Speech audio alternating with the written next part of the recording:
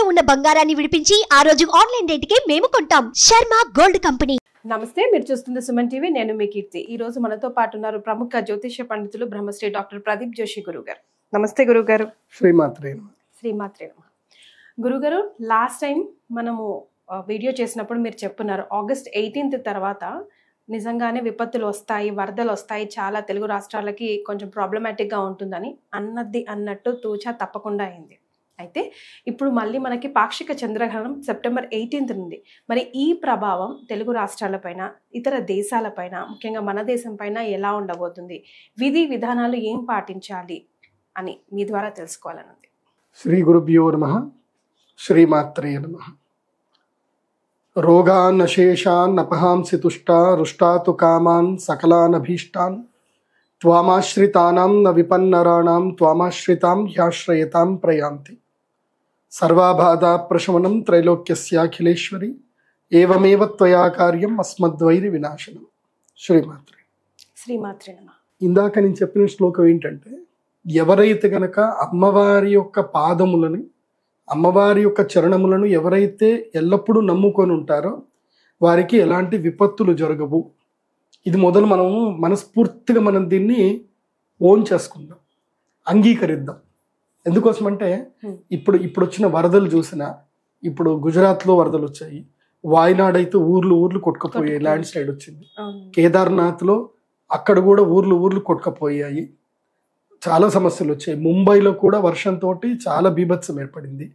ఇప్పుడు రీసెంట్గా జైపూర్లో, రాజస్థాన్లో వరద బీభత్సం ఏర్పడింది. అంటే ఇక్కడ అక్కడ అని కాదు, ప్రతి చోట వరద బీభత్సాలు జరుగుతున్నాయి.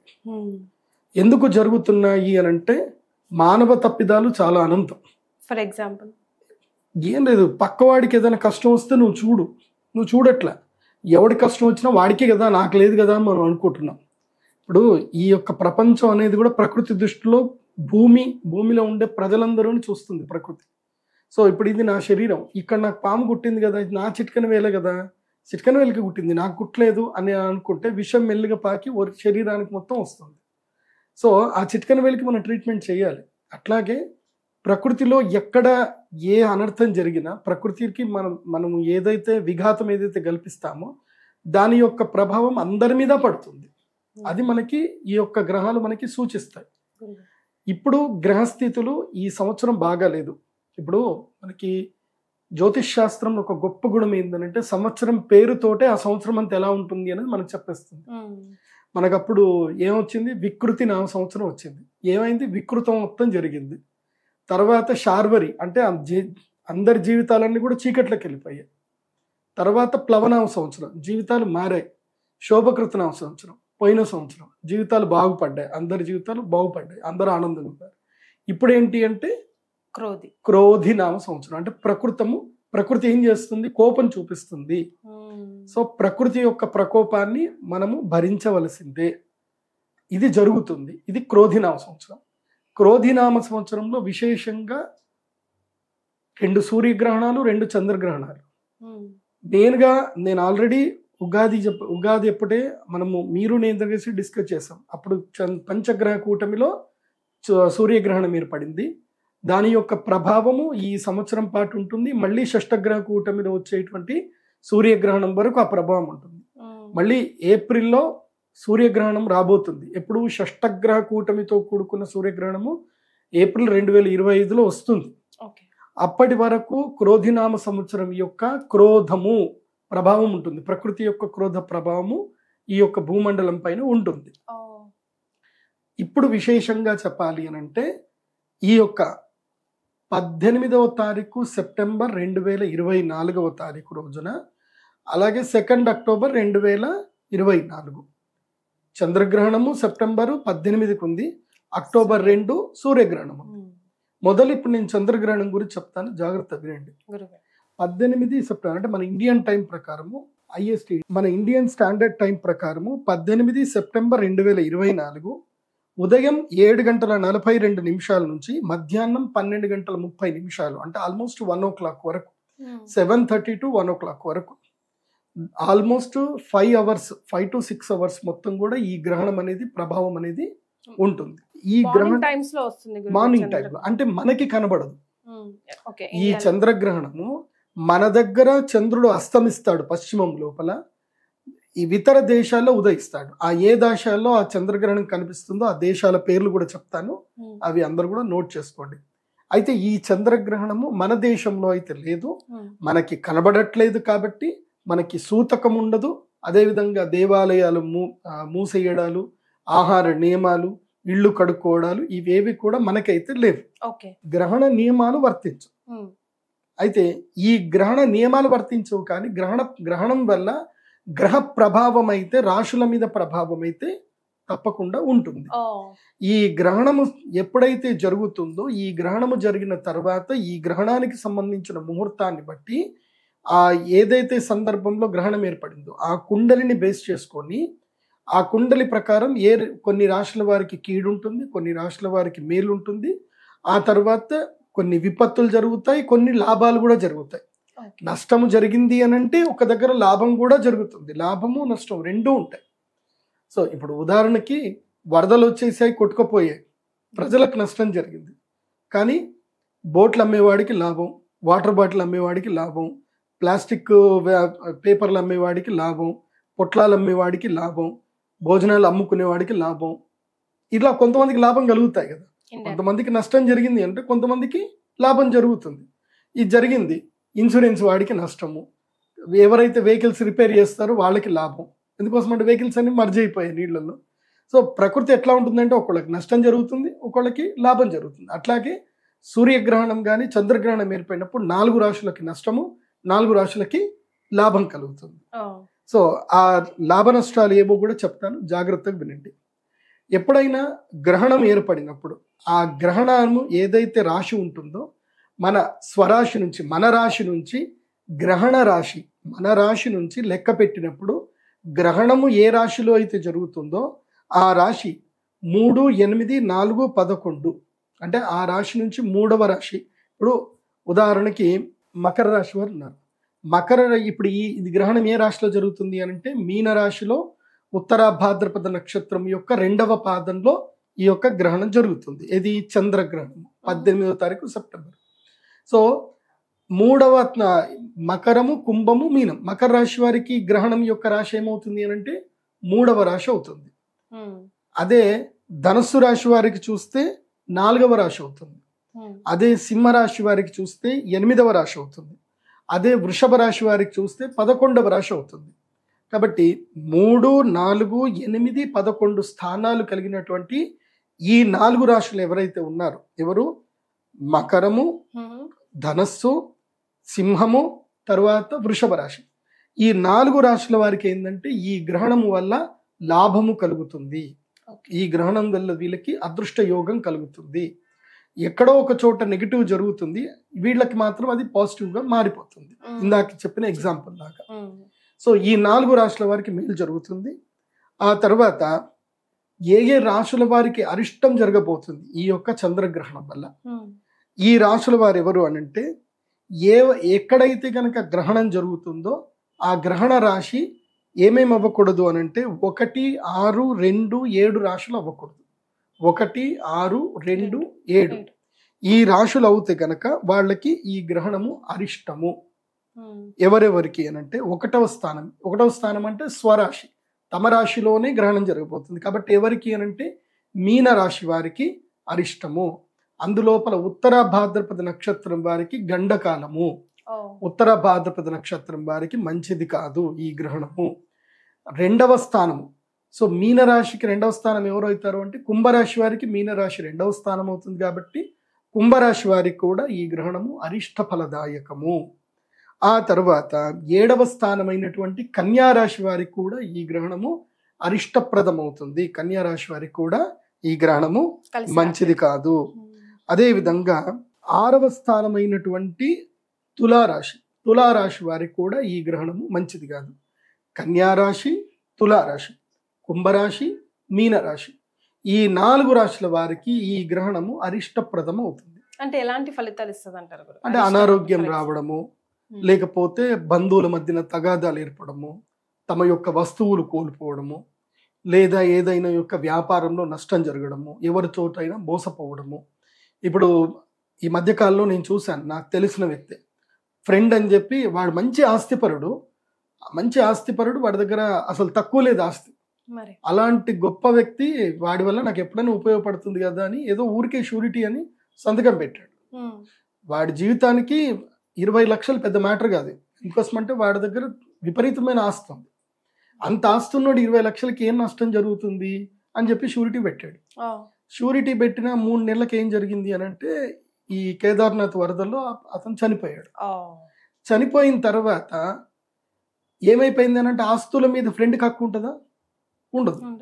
భార్యకి హక్కు ఉంటుంది. భార్యకు ఆస్తి ఎంత వెళ్ళిపోయింది, వీలునామా రాసిన పిల్లలకు ఆస్తి వెళ్ళిపోయింది, ఇన్సూరెన్స్ వాళ్ళందరికీ వెళ్ళిపోయింది. ఇప్పుడు ఇన్సూరెన్స్ డబ్బులు వాళ్ళకి వెళ్ళిపోయాయి, షూరిటీ మాత్రం వీడు పెట్టాడు. ఆ భార్య అంటుంది నాకు సంబంధం లేదు, ఆయన సంతకం పెడితే నువ్వు 5 నెలలు అడుక్కుంటున్నాను. పిల్లలు మాకు సంబంధం లేదంటారు, వాళ్ళ అమ్మ నాకు సంబంధం లేదంటుంది. వీడి జీవితానికి 20 లక్షలు అంటే వీడి జీవితకాల సంపాదన.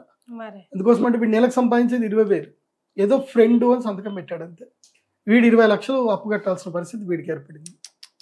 సో జీవితం అట్లా కింద మీద అయిపోతుంది. అందుకే మన జీవితంలో పెట్టకూడదు ఎప్పుడు షూరిటీ సంతకమే. అది ఎట్లా ఉన్నా సరే, మన తలరాత బాగలేకపోతే ఏం జరుగుతుంది అది. సో ఇలాంటివి చెయ్యకండి, ముఖ్యంగా మోసపోతారు.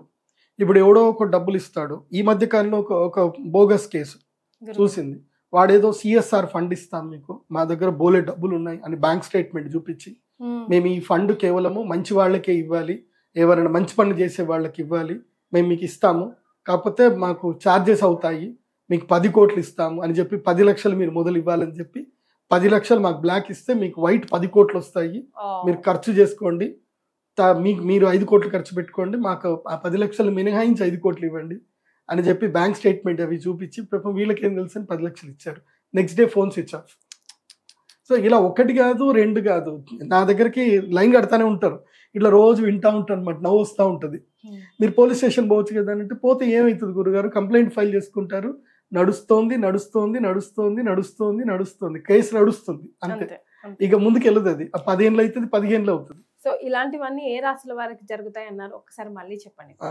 జాగ్రత్తగానండి. ఇందులోపల స్పెసిఫిక్ గా చెప్పాలంటే హస్తా నక్షత్రం వారికి, ఈ హస్తా నక్షత్రం వాళ్ళకి ఏంటంటే, హస్తా నక్షత్రము, రేవతి నక్షత్రం, పూర్వభాద్రపద 4వ పాదము, ఉత్తరాభాద్రపద నక్షత్రము, హస్త తర్వాత ఉత్తరాఫల్గుణ నక్షత్రం 3 పాదాలు, చిత్తా నక్షత్రం 2 పాదాలు. వీళ్ళకి 2 గ్రహణాల ప్రభావం ఉంది. నేను మళ్ళీ చెప్తున్నాను, ఉత్తరాభాద్రపద 4వ పాదము, పూర్వభాద్రపద 4వ పాదము, ఉత్తరాభాద్రపద రేవతి నక్షత్రం, ఈ 3 నక్షత్రాలు. అలాగే ఉత్తరా ఫల్గుణ నక్షత్రం 3 పాదాలు, హస్తా నక్షత్రం కంప్లీట్గా, తర్వాత చిత్తా నక్షత్రం 2 పాదాలు. అంటే మీనరాశి వారికి, కన్యా రాశి వారికి ఈ 2 గ్రహణాలు దెబ్బ కొడతాయి. అంటే ఈ నెల రోజులు మీనరాశి వారు, కన్యా రాశి వారు ఏం చేయాలంటే, తిన్నామా, పడుకున్నామా, సినిమా చూస్తున్నామా, ఏమైనా వీడియోలు చూసామా, ఎవరితోటి ఫోన్ మాట్లాడకూడదు, ఎవరికి ఏ ప్రామిస్లు చేయకూడదు, ఎక్కడికి ట్రావెల్ చేయకూడదు, తిన్నామా, పడుకున్నామా, తెల్లారిందా. ఎవరికి? కన్యా రాశి వారికి, మీనరాశి వారికి సెప్టెంబర్ 18వ తారీఖు నుంచి అక్టోబర్ 18వ తారీఖు వరకు కన్యా మీన రాశుల వాళ్ళు సైలెంట్గా ఉండాలి. ఎంత సోషలైజ్ అవ్వకుండా అంత ఉండాలి. మీ మీద అబాండాలు ఇస్తారు, మీరు ఏదో తప్పులు చేశారనో, ఏదో జరిగిందనో మీ మీద అబాండాలు ఇస్తారు. మీరు దేనికి రెస్పాండ్ అవ్వకండి, మీడియాలోకి రాకండి, ఎవరికి సమాధానాలు చెప్పకండి. అది బాగా గుర్తుపెట్టుకోండి. గురుగారు పరిహారాలు కూడా చెప్పాలి మీరు.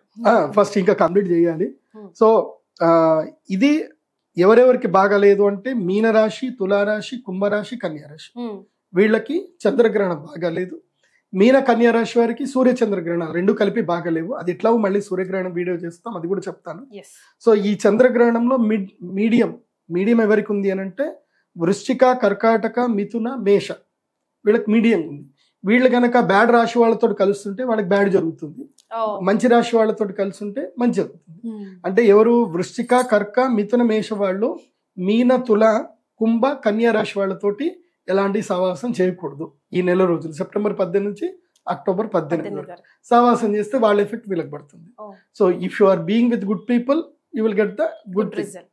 సో గుడ్ పీపుల్ అంటే అర్థం కాదు ఇక్కడ, గుడ్ జోడాక్ సైన్స్, ఎవరికైతే శుభ ఫలితాలని ఆ రాష్ట్రం వాళ్ళు. గ్రహణం జరుగుతుంది ఉత్తర భాద్రపద నక్షత్రం యొక్క 2వ పాదం నుంచి 3వ పాదంలో ఈ గ్రహణం జరిగే అవకాశాలు. ఇక విషయానికి వస్తే ఈ గ్రహణం యొక్క ప్రభావం వల్ల ఏమేమి నష్టాలు రాబోతుంది ఇవి బాగా మనం గుర్తుపెట్టుకోవాలి. ఎందుకోసమంటే నేను రాశి ఫలాలు చూసి రాశుల యొక్క గ్రహ తీరు చూసి నేను ఏదైతే చెప్పానో అవన్నీ కూడా జరిగాయి. నేను అమ్మవారికి ప్రార్థన చేసేది ఏంటంటే, అమ్మ ఈ యొక్క చెప్పే వాక్కు సత్యం ఏదైతే శక్తి నాకు అమ్మవారి ఇస్తుందో అది వాక్కు సత్యమైనను కూడా దానికి సంబంధించిన నష్ట ప్రభావం ఏదైతుందో అది జరగకుండా చూడు తల్లి అని నేను ఎప్పుడూ అమ్మవారిని ప్రార్థన చేస్తాను. ఎందుకోసమంటే జ్యోతిష్ శాస్త్రం అనేది అద్దం లాంటిది. అది మనకి భవిష్యత్తు ఏం జరుగుతుందో మనకి చూపిస్తుంది. నువ్వు దాన్ని మేకప్ చేసుకున్నావా, మేక్ ఓవర్ చేసుకొని తప్పించుకోవడానికి ప్రయత్నం చేసావంటే నువ్వు బాగుంటావు. లేదు అని అంటే ప్రకృతి విపత్తు ఎట్లా ఎత్తుకుపోవాలో అట్లా ఎత్తుకొని పోతుంది. నేను ఆల్రెడీ ఆగస్టు 18కి తర్వాత విపత్తులు వస్తాయి, లంక గ్రామాలు మొత్తం కూడా ఖాళీ చేసేసుకోండి, కృష్ణ గోదావరి ముంపు ఏర్పడుతుంది అని చెప్పాను. అవును గురుగారు. నేను చెప్పింది ఎవడూ పట్టించుకోవాలి. సరే ఎందుకోసం అంటే పట్టించుకుంటే ఏమొస్తుంది, ఒకరు జరగలేదని అంటే అన్నట్టుగా ఉంటారు. సో అది ఎవరి విచక్షణ వాళ్ళకి. ఎందుకోసం అంటే దైవం విధిని ఎవడు కూడా కర్మానుసారం ఎవరు చేయలేరు. ఇప్పుడు నేను చెప్పేది ఏంటంటే ఈ రాశి ఇది మెయిన్గా మీన రాశిలో సంభవిస్తుంది. మీన రాశిలో చంద్రగ్రహణం అంటే మీన రాశిలో చంద్రుడు రాహువు కలిసి ఉన్నారు. చంద్రరాహువులు కలిసి ఉన్నప్పుడు మీన రాశిలో గనక సంభవిస్తే ఏం జరుగుతుందంటే మీనం అంటే ఏంటి, చేపలు. ఈ యొక్క జలము పైన ఈ గ్రహణ ప్రభావం ఎక్కువగా ఉంటుంది. జలము పైన అంటే ఇంకేంటి, ఇప్పుడు జల ప్రళయాలు సంభవిస్తాయి అని అర్థం. ముఖ్యంగా సునామీలు ఏర్పడతాయి, అదేవిధంగా వరదలు ఇంకా బీభత్సంగా వరదలు అవుతాయి, చెరువులకి గండు పడతాయి, గ్రామాలు మునిగిపోతాయి. అది జరుగుతుంది. అది కాకుండా ఈ యొక్క మత్స్య సంపద మొత్తం కూడా నాశనం అవుతుంది. గురుగారు ఇక్కడ ఒక చిన్న ప్రశ్న, అంటే మన దేశంలో కనిపించట్లేదు అన్నారు కదా, మరి ఇంకే దేశాల్లో కనిపిస్తుంది? ఈ మీరు చెప్పిన ప్రభావాలు స్టిల్ మన దేశంలో కనిపించకపోయినా మనం దాన్ని భరించాల్సిందేనా? గ్రహణ ప్రభావం మన దేశంలో కనబడకపోయినా గ్రహస్థితి అనేది ఏదైతే ఉంటుందో అది యావత్ భూమండలానికి వర్తిస్తుంది. సో ఆ గ్రహస్థితి ప్రభావము అంటే గ్రహణం యొక్క ప్రభావం మన దేశం పైన 25% అయితే ఉంటుంది. సో ఆ 25% కూడా మనకి కొంచెం విపత్తు వచ్చిన విపత్తే కదా. కాబట్టి ఇక్కడ నేను చెప్పినట్టుగా ఈ గ్రహణ ప్రభావము ముఖ్యంగా కర్నూలు తుంగభద్ర నదీ తీర ప్రాంతం వాసులకు, అదేవిధంగా సముద్ర తీర ప్రాంత వాసులైనటువంటి విశాఖ, కాకినాడ, తర్వాత విజయనగరము అటు సైడ్ వాళ్ళకి, కోస్తా తీర వాసులకు, అదేవిధంగా వెస్టర్న్ ఘాట్స్లో ఉండేటువంటి వారికి, వెస్టర్న్ ఘాట్స్ ఏదైతే కనుక నదీ పరివాహక ప్రాంతాలు కానీ తర్వాత కొండ ప్రాంతంలో ఉండేటువంటి వాళ్ళకి, వెస్టర్న్ ఘాట్స్ అంటే కేరళ, తమిళనాడు, కర్ణాటక, మహారాష్ట్ర మొత్తం 3 వస్తాయి. సో వెస్టర్న్ ఘాట్స్లో కూడా ల్యాండ్ స్లైడ్స్ వచ్చే అవకాశం ఉంటుంది. సో ఈ యొక్క గ్రహణం యొక్క ప్రభావము అక్టోబర్ 18వ తారీఖు వరకు ఉంటుంది. ఇందులోపలనే భూకంపాలు కూడా వచ్చే అవకాశం ఉంటుంది, ల్యాండ్ స్లైడింగ్స్ వచ్చే అవకాశాలు కూడా కనిపిస్తున్నాయి. సో ఇవి గ్రహణం యొక్క ప్రకృతి విపత్తులు, అంటే సామూహికంగా అందరికి వచ్చేటువంటి గ్రహణ ప్రభావాలు.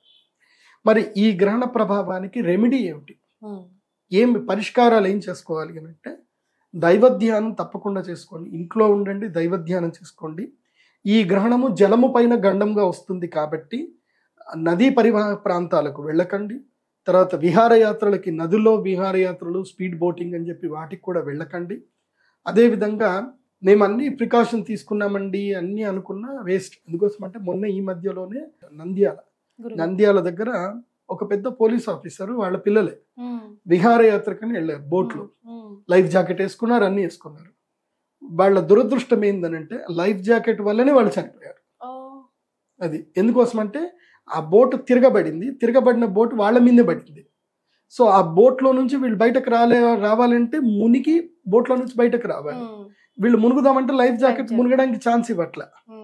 సో ఆ బోట్ బరువు వెళ్ళిపోయి వీళ్ళు లోపల మునిగిపోయారు. సో వాళ్ళు బయటకు రాలేకపోయారు. ఇది ప్రెషర్ ఏమో పైకి కొడుతుంది, బోట్ ఏమో పైకి ప్రెషర్ ఇస్తుంది. సో అకస్మాత్తుగా అక్కడ చనిపోయారు. ఇంకా సో మరణం అనేది మృత్యుగండం దీనిపైన ఉంది అన్నప్పుడు అది జరిగిపోతుంది. అక్టోబర్ 18వ తారీఖు వరకు గండ పురుషుడు భూమిపైన సంచారం చేస్తాడు. అందులోపల జలము పైన సంచారం చేస్తాడు, తదుపరి అగ్ని పైన సంచారం చేస్తాడు. అంటే విద్యుత్ ఆఘాతాలు బాగా జరిగే అవకాశం ఉంటుంది. కాబట్టి విద్యుత్ అధికారులు కూడా చాలా అప్రమత్తంగా ఉండండి. అండ్ ప్రజలు కూడా చెప్పేది ఏంటంటే, మీరు విద్యుత్ అధికారులని కోప్పడకండి, తిట్టకండి వాళ్ళని. వాళ్ళు కరెంటు తీశారు అని అంటే మన మంచి కోసమే తీశారు అని అర్థం చేసుకోండి. ఏదో సీరియల్ మిస్ అయిపోతున్నామో, క్రికెట్ మిస్ అయిపోతున్నాం అనుకుంటాం కానీ అక్కడ లైఫ్లు మిస్ అయిపోతాయి. ఎందుకోసం అంటే ఎక్కడైనా ఒక తీగ నీటిలో తెగిపడిందంటే ఎర్త్ సరిగ్గా లేకపోతే ఇంకా అందరి ప్రాణాలు ఎగిరిపోతాయి. సో ఆ విషయంలో జాగ్రత్తగా ఉండండి.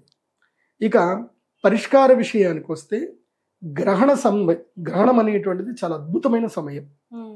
ఎవరెవరి జాతకంలో అయితే గనక చంద్రుడు రాహువు కలిసి ఉన్న, చంద్రుడు కేతు కలిసి ఉన్న వాళ్ళకి జీవితము లోపల ఏవి కూడా ఫుల్ఫిల్గా దొరకవు, సాటిస్ఫాక్షన్గా వాళ్ళ జీవితం ఉండదు, మనస్సు తృప్తిగా ఉండదు, మనస్సు ఎప్పుడు చంచలంగా ఉంటుంది, తర్వాత జ్ఞాపక శక్తి తక్కువగా ఉంటుంది, తర్వాత శరీరంలో ఎప్పుడు కూడా అనారోగ్యాలు ఉంటాయి.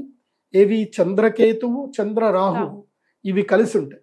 చంద్రకేతువు జాతకంలో ఎవరికైతే కలిసి ఉంటుందో వాళ్ళకి విపరీతమైన అనుమానం ఉంటుంది, విపరీతమైన ఆలోచన. ఎప్పుడు పడుకున్నా, లేచినా, కూర్చున్నా ఎప్పుడూ ఆలోచనే ఉంటుంది వాళ్ళకి. తీరా చేస్తే ఒరిగేది ఏముండదు, కానీ ఆలోచిస్తూనే ఉంటారు.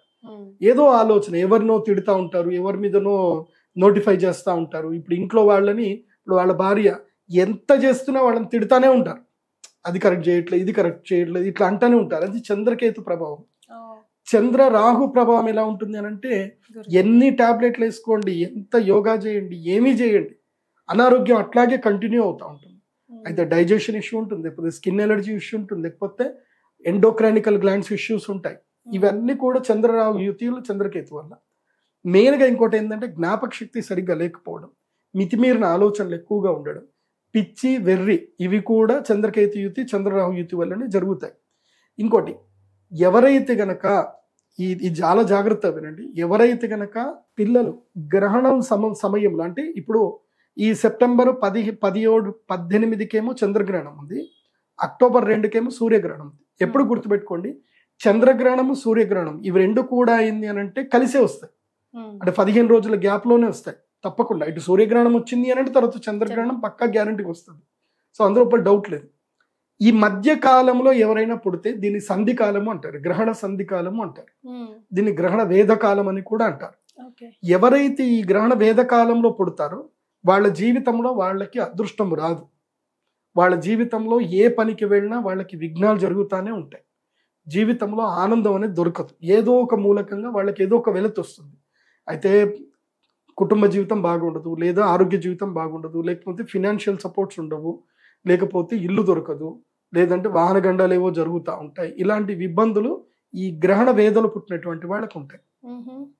సో మీరు ఏ డేట్ ఆఫ్ బర్త్ పుట్టారు, మీరు ఒకటి గుర్తుపెట్టుకోండి, మీ date of birth, time, place రాసుకోండి, మీ డేట్ రాసుకొని pradeepjoshi.com వెబ్సైట్కి విజిట్ అయ్యి మీ యొక్క హోరోస్కోప్ని ఆర్డర్ చేసుకోండి. మీకు కుండలి వస్తుంది. ఆ కుండలి లోపల మీరు చూసుకోవాలి, లగ్న కుండలి, జన్మ లగ్న కుండలి అని టైటిల్ వస్తుంది. అందులోపల చంద్ర రాహు, చంద్రకేతు కలిసి ఉన్నారో లేదో చూసుకోండి. ఆ బాక్స్లో చంద్రరాహు లేదా చంద్రకేతు కలిసి ఉంటే మీరు సెప్టెంబర్ 18వ తారీఖు రోజున మేమైతే పొద్దున పూట అంటే 7 గంటల నుంచి మధ్యాహ్నం 1 గంటల వరకు చంద్రగ్రహణ వేద పూజ చేస్తాం. సో దీన్ని చంద్రామృత సిద్ధి తంత్రము అంటారు. ఆ పూజ చేయటం వల్ల ఎందుకోసం అంటే అప్పుడు గ్రహణ వేద ఉంది కాబట్టి, ఇప్పుడు గ్రహణ వేద ఉన్న సందర్భంలో ఆ గ్రహానికి మీరు యజ్ఞము ద్వారా శక్తిని సమకూర్చగలిగితే మీకు తిరిగి ఆ శక్తితోటి ఆ గ్రహణ వేద పీడ అనేది మీకు తొలగిపోతుంది. కాబట్టి 18వ తారీఖు రోజున ఉదయం మేము చంద్రామృత సిద్ధి తంత్రం మేము చేస్తాం. ఆ చంద్రామృత సిద్ధి తంత్రానికి రావాలి. ఒక ప్రత్యేకమైన శివలింగం ఉంటుంది, చంద్రామృత శివలింగం అని ఒక ప్రత్యేకమైన లింగం ఉంటుంది. ఆ శివలింగం ఇచ్చిన తర్వాత దాన్ని సిద్ధి చేసుకున్నట్లయితే వాళ్ళకి జీవితంలో ఆ యొక్క చంద్రగ్రహానికి సంబంధించిన దోషాలు క్రమేపీ తొలగిపోయే అవకాశం ఉంటుంది.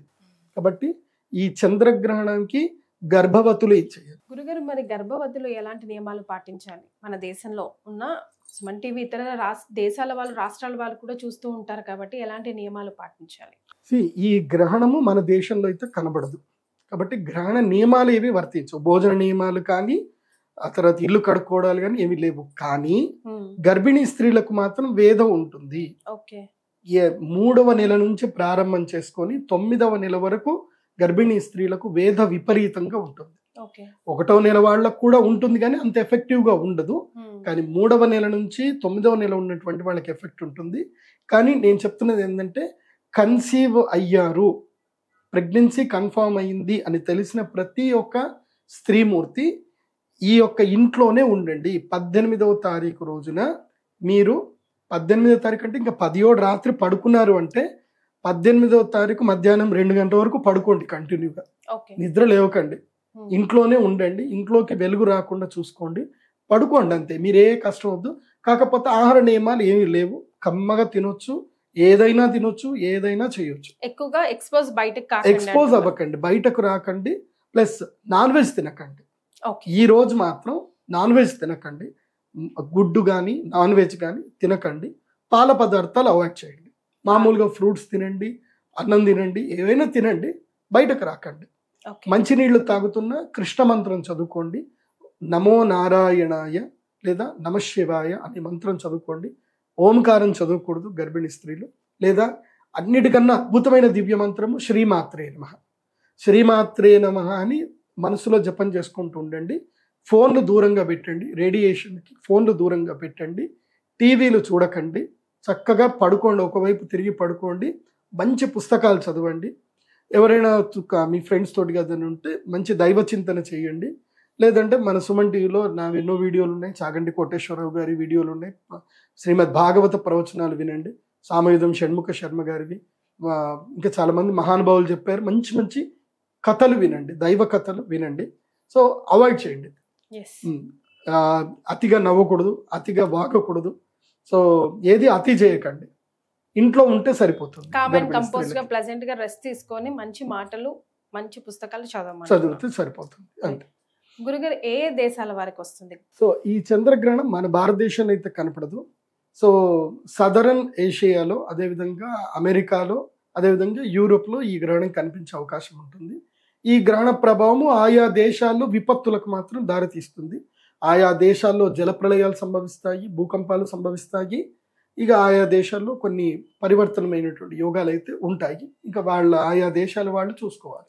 రైట్ గురుగారు, మరి ఆయా దేశాల్లో ఉన్న మన తెలుగు వాళ్ళ కోసం మీరు చెప్పే రెమెడీస్ గ్రహణ సమయంలో? నేను మీ అందరికీ చెప్పేది ఏంటంటే, మీరు అక్కడ రెమెడీ చేసుకుంటారో చేసుకోలేకపోతారు. ఎందుకోసం అంటే అక్కడ అంతా పండితులు ఉండరు. కాబట్టి మీరు ఉన్నంతలోనే ఏ దేశంలో ఇది పెనంబ్రల్, ఇది సంపూర్ణ చంద్రగ్రహణం కూడా కాదు. ఇది కైండ్ ఆఫ్ బ్లడ్ మూన్ అంటారు. అంటే చంద్రుడు మనకి ఎర్రగా కనిపిస్తాడు. సో ఆ యొక్క భూమి యొక్క నీడ పార్షల్ గా దాని మీద పడుతుంది. ఇది సంపూర్ణ చంద్రగ్రహణం కాదు, ఖగ్రాస చంద్రగ్రహణం కాదు, ఇది పెనంబ్రల్ చంద్రగ్రహణం అంటారు. సో చంద్రుడి పైన భూమి యొక్క ఛాయ పడుతుంది.